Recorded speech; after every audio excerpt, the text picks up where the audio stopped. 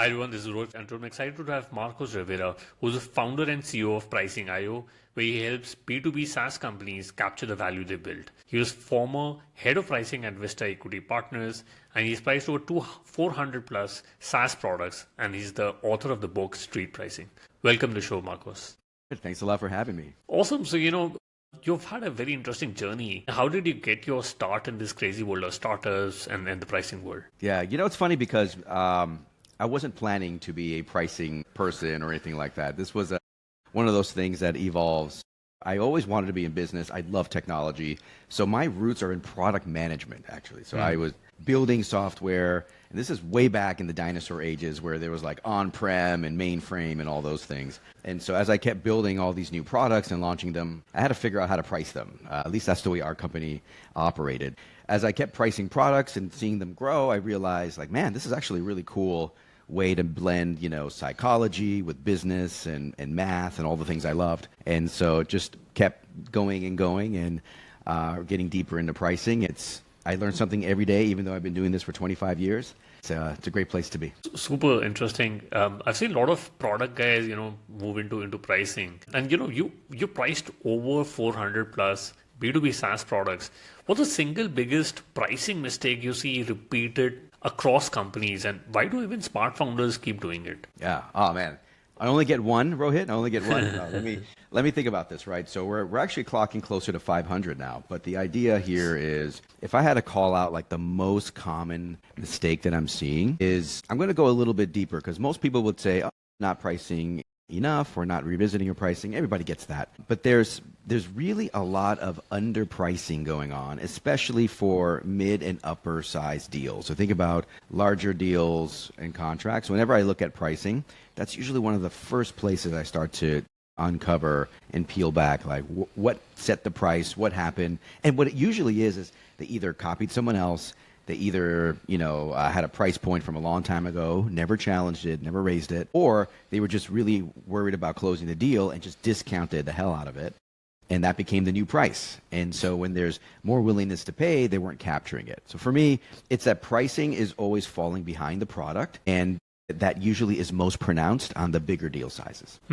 Got it. And you mentioned that you were a product manager, and so you went from being a product manager to being Vista Equity's head of pricing. So what was that aha moment that made you realize that pricing was your calling, and how did your PM experience shape your pricing philosophy? Oh man, so I can pinpoint when this happened, right? So as I was moving up the ranks in product management, PM and then a manager, director, and so on, as I kept moving up, when I was moved to director, I was given a product that was not mine. I inherited it from somebody else, and it was seat-based pricing, and it was basically like a dispatching tool, like optimizing routes and all that stuff. And it was seat-based pricing, and it was interesting when I looked at the numbers. The better we did, the less revenue we got, because you can do more with fewer resources. But then when at the renewal, the company would say, hey, we actually need fewer seats now because you're optimizing our process so much. And it just didn't feel right, And so after digging deeper, talking to the customer, doing some research, and looking at what data correlates with growth, and just running basic correlations and things like that. Yes, I am a numbers and data nerd too. But what I was doing was finding like where we could potentially change the pricing from seats to something else. And we were selling to insurance companies, and so per claim made a lot of sense. We tested like 5 or 6 different ones, but per claim made the most sense. After changing that, it turns out that it aligned much better to how the insurance companies were tracking value and costs and things like that, and claims would go up, right? So ultimately, it took us from a $300,000 in ARR to $30 million in ARR over 2.5 years. That's a 100x jump, Rohit, right? Yeah. In 2.5 years. And so for me, that's where I was like, whoa, this is a powerful lever, and most folks are not pulling it. Got it. And do you think pricing is more art or it is more science? And where do you think the intuition ends, and when should data actually begin in your framework? That's a great question. I think a lot of people do see pricing as a blend of art and science.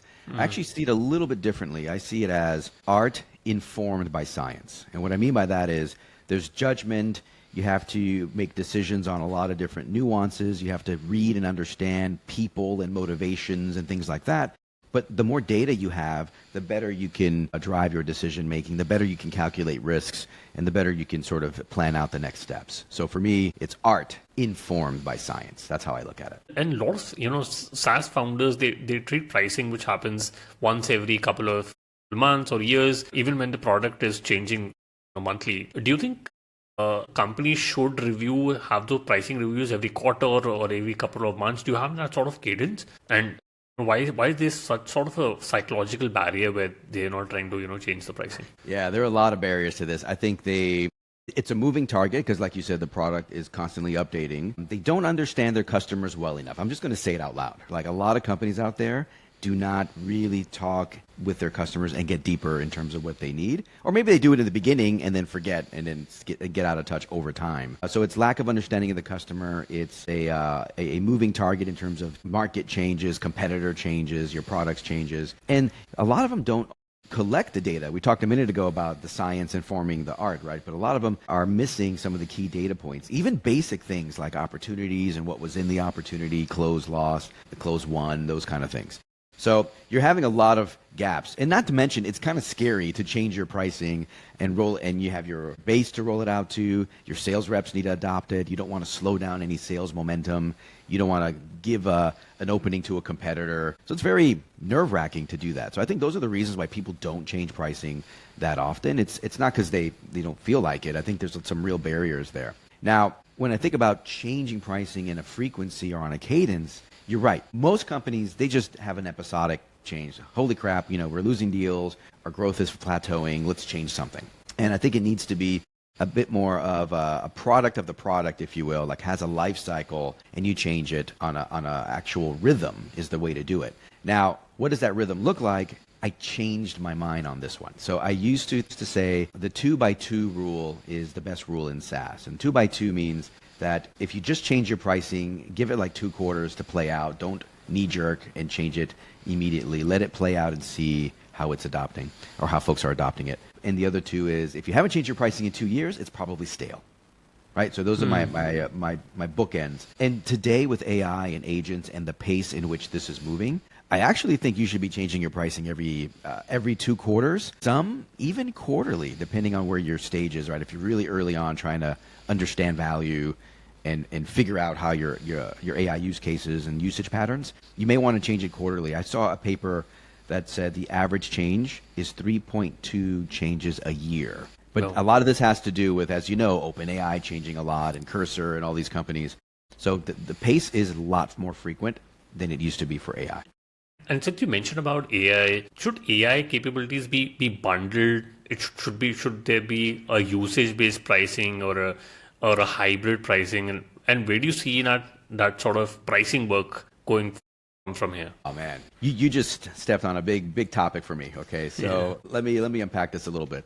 I have a lot of conversations, but one thing that I understand is that there's a lot of movement towards usage-based pricing, right? And the reason why is to really cover a lot of that LLM costs and making sure you don't lose your shirt on your margin as your customers adopt your product. So there needs to be some way to capture some of that. So that is introducing variability in pricing, right? If you think about SaaS pricing, you can get away with fixed flat fee, $99 per user. You can get away with that in many cases, even if it's not that correlated with value, because the margins are high and stable. And as you keep building and extending the platform, bolting on modules, adding integrations, whatever that is, the margins still kind of stay intact. But not in AI, not with agents. You can have one agent with a 60% margin and another one with a 10% margin. Just depends on the cost, how much tokens it's consuming and how much users are using it. So there's a lot of variability back there. So usage-based pricing is becoming a great way to soften that from a margin perspective. But here's the problem.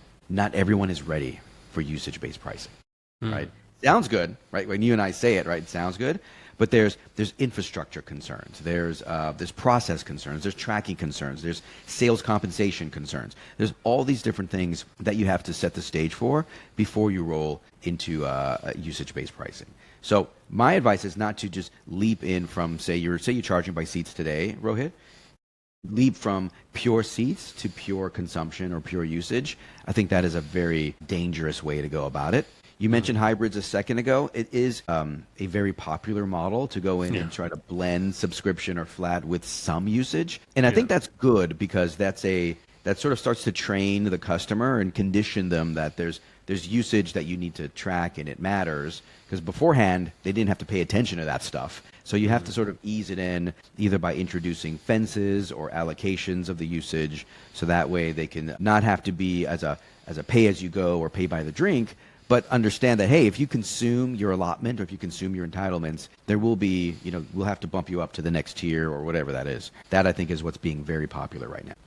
Right. I've used tools like Clay.com where they use seed-based pricing, but also use, seed-based pricing. But do you think, like what Sam Altman says, like 2025 or 26 will be the year of AI agents? Do you think when the AI agent model works, people are going to use more hybrid-based pricing or usage-based pricing where, agents are going to speak to each other, or, where do you see the pricing going from there? Yeah, I think Sam and all those LLM CEOs are very visionary and aspirational. 90% of jobs will be taken over by AI by the end of the year. Like they're very aspirational. I get it, and that's kind of what they need to be in order to keep driving their company forward. I think agents will become a very well-known and sort of entrenched in a lot of different workflow and productivity and decision making and things like that. 2025, 26, I'd say it's probably more like 2027, 28. It's probably going to take a little bit more time. And the reason why is because humans still need to change processes or rethink them, adopt them. Some agents, frankly, don't live up to the promise, and some do, right? And so there needs to be some time there. Even coding, for example, vibe coding and all that craze, some of it is fine for more straightforward applications, and some applications it's just not quite there yet, right? And so I think there's going to be a time for that to develop. But how do you price all that? Like, how do you price agents and some autonomous or independent system doing something for you? And what the key here is that the delegation is going from the human to the system now, right? And so now that you're delegating to the system can now capture a little more percentage of that value, as long as it's super clear that the system is responsible for that value. And this is, Rohit, this is where it gets a little bit messy. And so what I'm seeing with a lot of companies out there, Zendesk and Intercom do it, Chargeflow does it, Decagon, all these different companies that have some agentic solution, is that there's a fixed component and a variable component, where the fixed component usually covers the configuration, the training, the onboarding, a lot of basic stuff. And then there's an outcome component that is counting some sort of unit of work. And maybe that unit of work is transactions, authorizations approved, like I've seen in health tech, or legal discovery packages summarized, like in legal tech. So they're I'm seeing a lot of verticals take a big step forward in this. And it's easier to define what that outcome is. It's very specific. It's very clear. And it's sort of the anti-outcome is what they need to define too. What do I mean? I mean, what does not count as an outcome, so that way we don't get into arguments about, charging. And so I think fixed and variable is going to be very popular, and even to the point where for some companies or industries where they're really kind of skittish about variable, they love more predictability, they love other things. The fixed component is bigger and the variable component is smaller. Maybe it's more milestone driven. Hey, when we hit this threshold, we get a payment or a fee. Maybe when we hit that threshold, we get a payment and fee. And so it allows them to get deeper and deeper with the agent over time, which is exactly what you want. When a company is experiencing a lot of churn, and when you find out that it's not a pricing problem, so what are some of the common underlying issues that you uncover, and how do you go about this diagnosing with the team that, it may not be pricing, but it could be something else?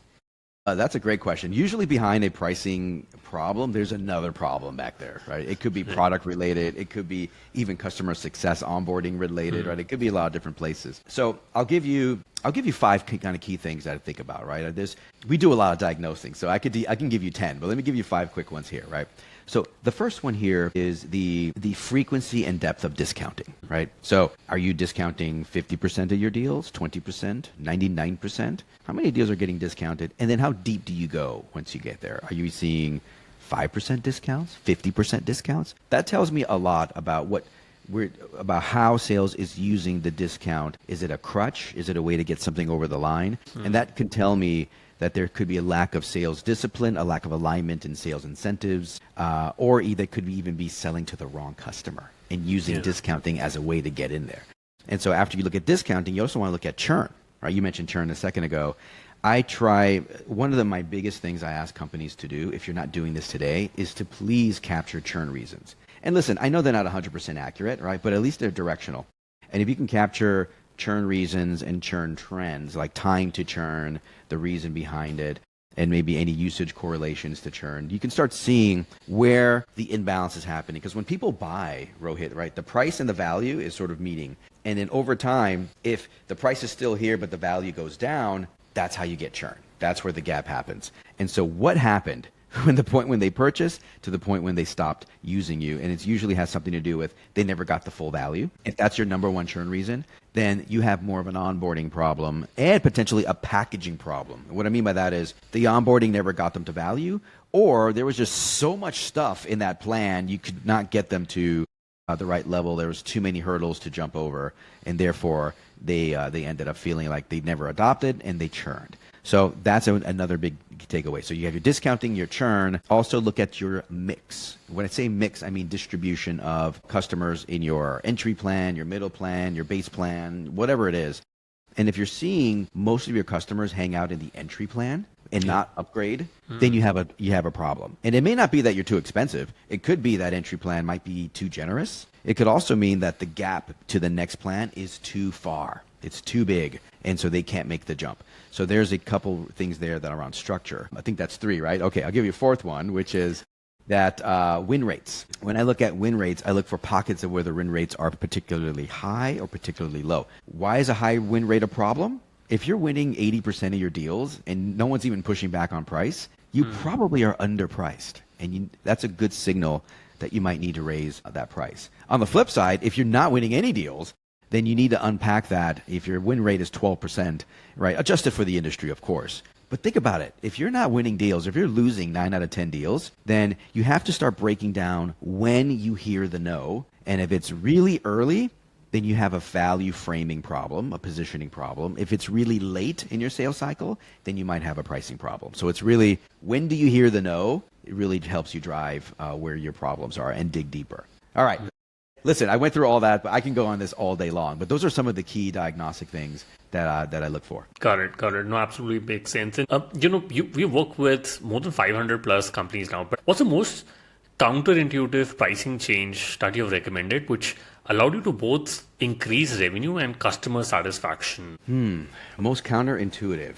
There was one that comes out that really surprised me. And what we did was we were looking at their complete packaging and structure. It's a platform. It's in the construction industry, right? Workflow, project management, things like that. And it was interesting because they've built such a robust platform. It was so robust that I'm like, guys, we have to figure out a way to create a nice ladder for some companies with lower maturity to come in and other companies with more advanced needs to take advantage of that. And you have a nice tiering system and all that stuff. But after looking closer at the data, what we found is that a lot of companies really used a big chunk of the platform, which is rare.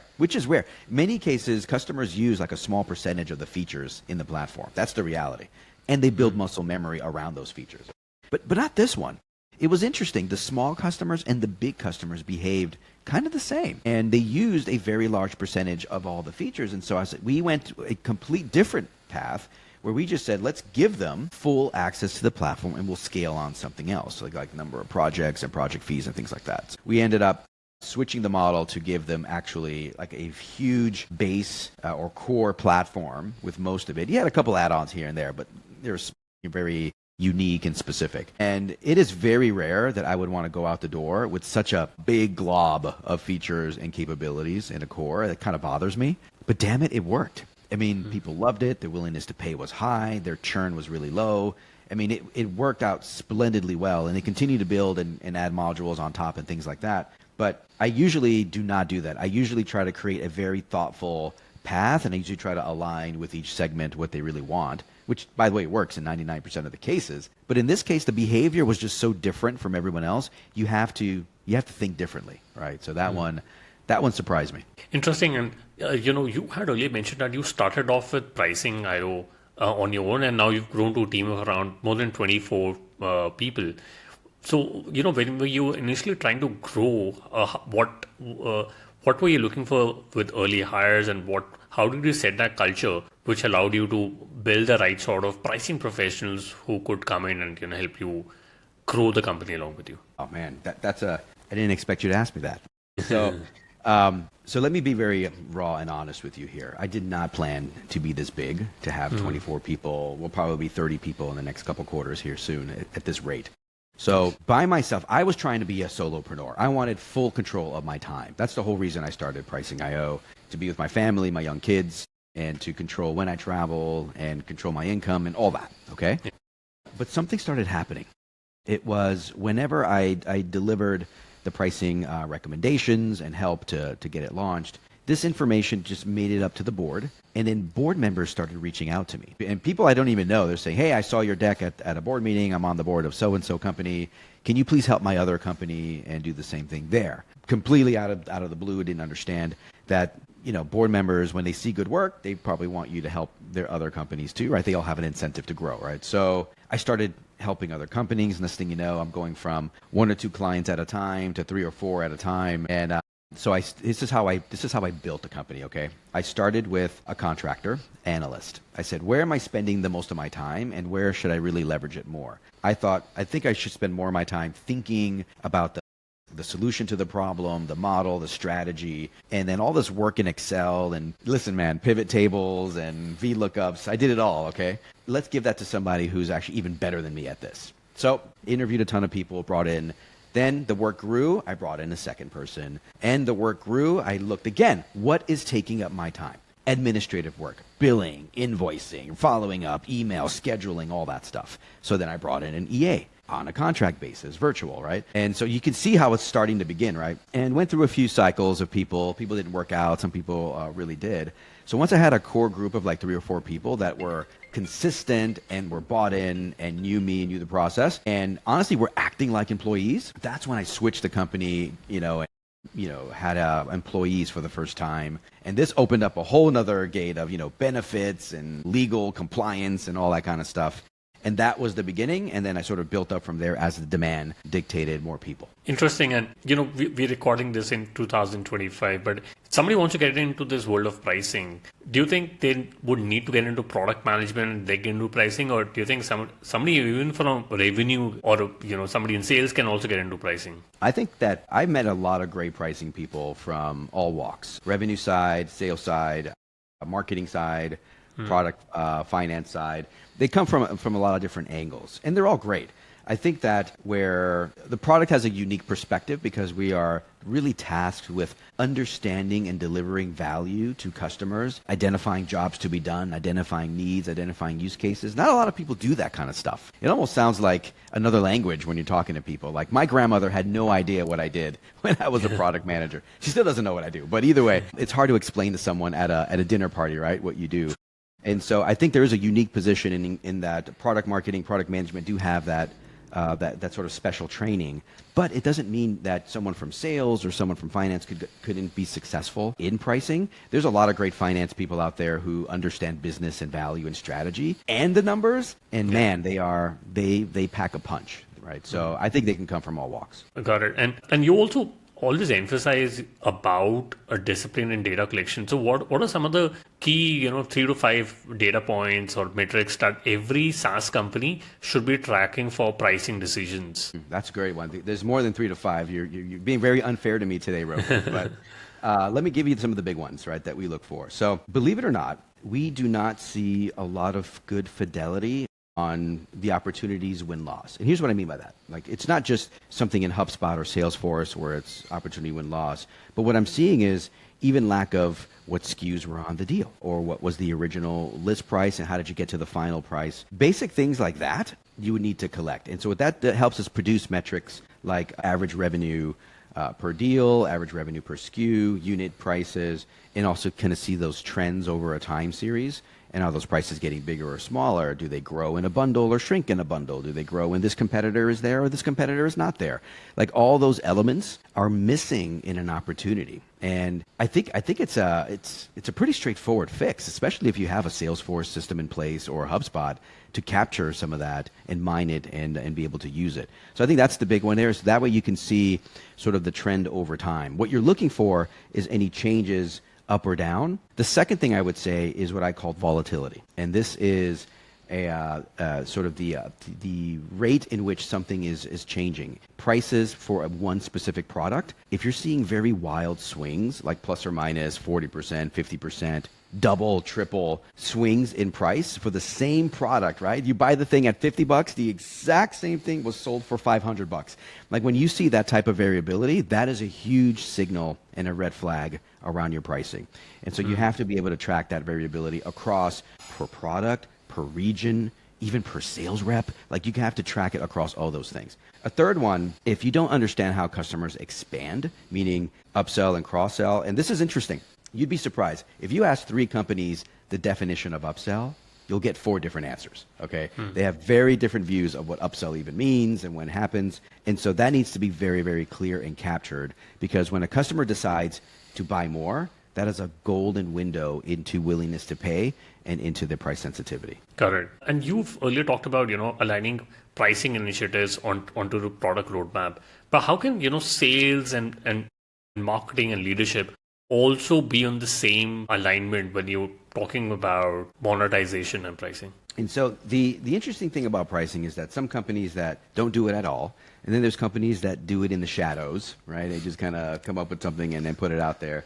And then there's companies that are really true collaborative teams. I always say pricing is a team sport, but it does need a strong captain, right? And otherwise nobody's going to do anything, right? So the idea is when it comes to the roadmap, like there should be a very visible swim lane for your pricing and packaging or monetization updates, right? So you have your swim lanes for your products or whatever, however you divide it up. There should be a swim lane for monetization, and you should be highlighting what you're doing to the pricing and packaging with each release and why.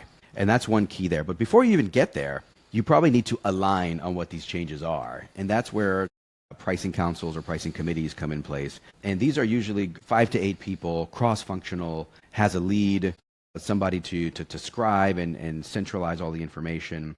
And oftentimes, it's not, depending on your size and stage as a company. If you're an early stage company, then it usually is the founder plus all the leaders. You're probably small enough where it's just you guys.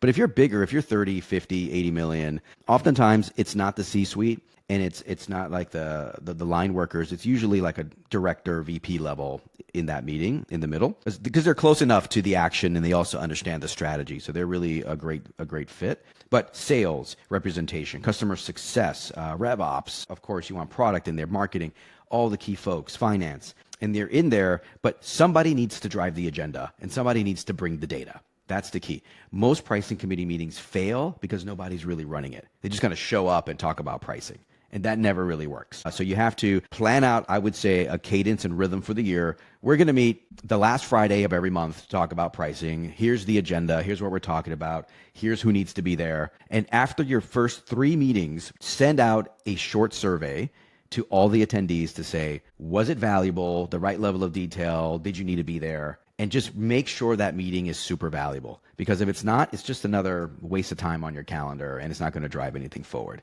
But the reason why I'm harping on this so much, Rohit, is the companies who get this meeting right, those are the ones that are really high performing. Those are the ones that are monetizing and breaking through. Yeah, I think sales guys get a lot of bad rep because they keep changing the pricing and, you have to custom build the pricing. But I think with AI coming in, I think all the department needs to be aligned on, how the monetization and pricing needs to be worked. Yeah, that's very true. Very true. I will say that actually just brought up something real quick, just off the top of my head. Especially with AI, what I'm finding is when we work with a lot of companies, some of them are just trying to introduce AI for the first time into their platform. They feel like they're being left behind, so they want to do something with AI. Yeah. But here's the problem. Something with AI. Like nobody agrees on what they need to do, where it needs to go in the packaging, what the goal is of it. They got to do AI something. The board wants to see AI. We need to put some AI in there. That is a huge mistake, and it also makes pricing it very difficult. You have to be very intentional with what you're doing with your AI, whether you are really just enhancing the things you do at your core, or if you're trying to expand use cases to create some differentiation, or if you're trying to break into a new TAM, or if you're trying to dislodge or displace another product, whatever you're doing, you have to be super explicit about it.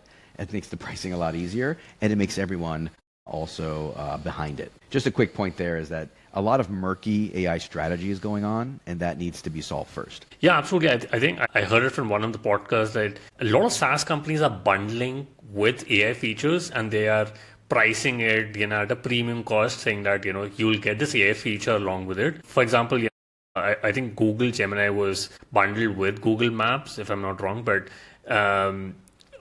do you think is that a good strategy that users can look at new AI features, or do you think that should be priced separately, or it should be, how should it be given to users? Yeah, that's a slippery question, Rohit. I'll give you my way to think about it. There's really three ways you want to fold in AI if you have a current platform, and I call it pricing the experience. And so you either underscore the core, upgrade the more, or unlock the new. Let me explain. So underscore the core means that your strategy is to enhance whatever you do, searching and workflows and decision engine, whatever you're doing, and the AI makes that better and faster and smarter, then fold it into your products and raise your prices, right? And I'm not talking 5% raises. I'm talking really take them up 10% plus, especially if the user can see some of the AI and some of it's invisible. Either way, it's getting them to value faster. It's solving their jobs and use cases faster or better or deeper. Great, then fold it in. And some companies where it's, I think we're just taking the things a bit further. Our products ended here, but now we can go a few steps further with AI. And it gets into more complex territory. You want to upgrade them more. This is more jobs, more use cases, or more extension of the product. Put that in your premium plans or as an add-on for those who want to pay for that. And then the unlock the whole new use case, maybe even a different user, a different TAM, something different. You're able to isolate that, charge it as a standalone, and then you can even bundle it with your core and your platform as well.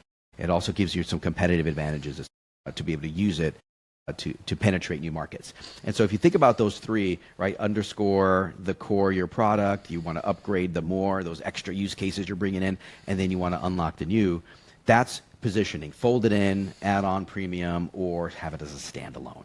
If you're not sure, if you're like, well, Marcos, it kind of is all over, like that probably means you're not clear with what you're trying to do. But the safest path would be add on first, and then decide if you want to fold it in or keep it separate based on the usage patterns, who's buying it and what they're doing. Gemini did it, Slack did it, Notion did it. They had the add on for a while. I think it was like $10 a user, and then they ended up folding it in after that. Right. And if a founder is listening to the podcast right now and they could do one thing differently with their pricing this quarter, what advice would you give to them? So one thing to do differently to pricing this quarter, I would say do not introduce an outcome-based metric or some type of usage base that people don't freaking understand. Let me give you an example. This goes for credits too, by the way. What I'm seeing is that they're copying someone else and introducing a credit, and the credit has a very, very vague definition. Or I saw someone the other day use per action. We're going to charge you per action. I'm like, what the hell does that even mean? Like, people don't know what that means. Oh, well, it can mean this and it can mean that. I'm like, stop the confusion. Like, people are already going up the learning curve with adopting AI. Don't put confusing pricing on top of that, right? And it just makes it really frustrating for a user. So I would say the biggest thing you can do this quarter is resist the temptation to copy, okay, and be very intentional with your pricing. Because in the software world, been doing this for decades now, there is a very copy-paste mentality. I'm just going to call it what it is, right? You see it, oh, that looks good. I'm going to try that and put that on my price. Don't do that. Just think about your own value, what you need to do, your specific customers, where you are in your journey, and price for that. It's okay to get ideas and to get inspiration, but please do not copy. That's my big advice. Got it. Makes sense. And I quickly want to do the top three. What's your favorite business book? It's actually surprising me because it's not, I don't think people would look at it as a business book, but it's Unreasonable Hospitality by Will Guidara. It's a book about the best restaurants in the world and how they ran it. It's really, really surprised me as a good business book in terms of how to think and innovate and maximize every touch point with your customer. So Unreasonable Hospitality, good one. surprise. I've read the book, really loved it. I'm going to put that in the show notes. And if you could go back in time, when you started your career in product management or pricing, what is the one thing you would have done? I would say, it's a long time ago, man. You got to go back. If I had to replay back and go talk to my 20-something self when I was back there, I would probably invest more in networking and relationships. You're going to laugh at me, but I'm an introvert, a very, very high-scoring introvert, okay? I just love talking to people, right? But I'm exhausted after I'm talking to people. So I was naturally just working in my own little corners, reading, understanding, not investing in a lot of relationships. And I started doing that more as I started getting more senior positions and moving up, and wish I would have done it sooner. So yeah, investing in relationships and networks. And do you have any favorite online tool, for example, Gmail, Slack, Zoom, ChatGPT? Lately, I've been liking the Granola note-taking app as my favorite, and I'm just getting started with Clay AI, and it seems to be pretty powerful. You're saying clay.com, or is that another tool? Yeah. No, just the Clay, the what is it? The lead generation. The lead generation. Yeah, clay.com, the AI tool. Yeah. That super one. interesting. It seems really powerful, but Granola it just works. It takes all my meetings, puts it in there. I like it. We'll put that in the show notes. And Marcos, you also written a book called Street Pricing, and you're also launching a newsletter, So what's your sort of writing cadence, and how can people know more about your newsletter as well as your book? Yeah.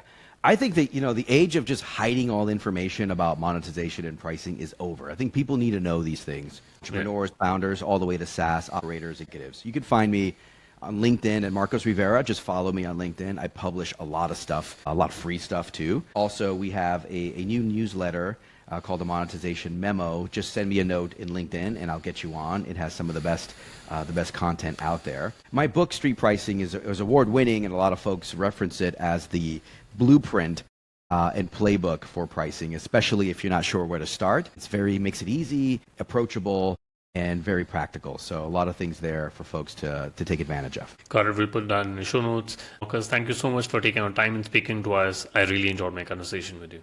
Rohit, it was a lot of fun, man. Thanks for the great questions. Thank you.